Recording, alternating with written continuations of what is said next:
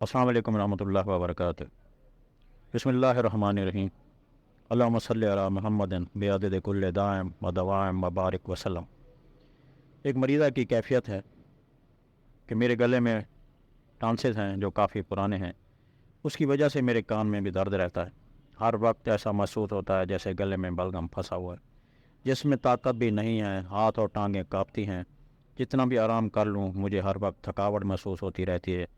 آپ مجھے اس کا علاج اور پرہیز بتا دیں۔ ٹانسز کی وجہ سے اکثر جسمانی کمزوری بھی ہو جاتی ہے، ان کا علاج کریں تو جسم صحت مند ہو جائے گا۔ آپ کو اس کے لیے ایک آسان طب نبوی دوا بتاتا ہوں، اس سے ٹانسز ختم اور جسم تندرست ہو جائے گا۔ قسط شیریں 100 گرام لے لیں، شہد 300 گرام ملا کر رکھیں، صبح اور شام ایک ایک چمچ کھائیں۔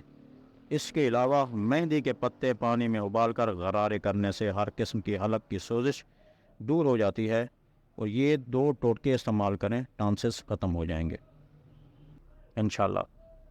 ٹانسز آپ کے ختم ہو جائیں گے، کچھ ہفتے کچھ مہینے اس کو مسلسل استعمال کر لیں، انشاءاللہ فائدہ ضرور ہوگا۔ اللہ آپ کا حامی و ناصر ہے۔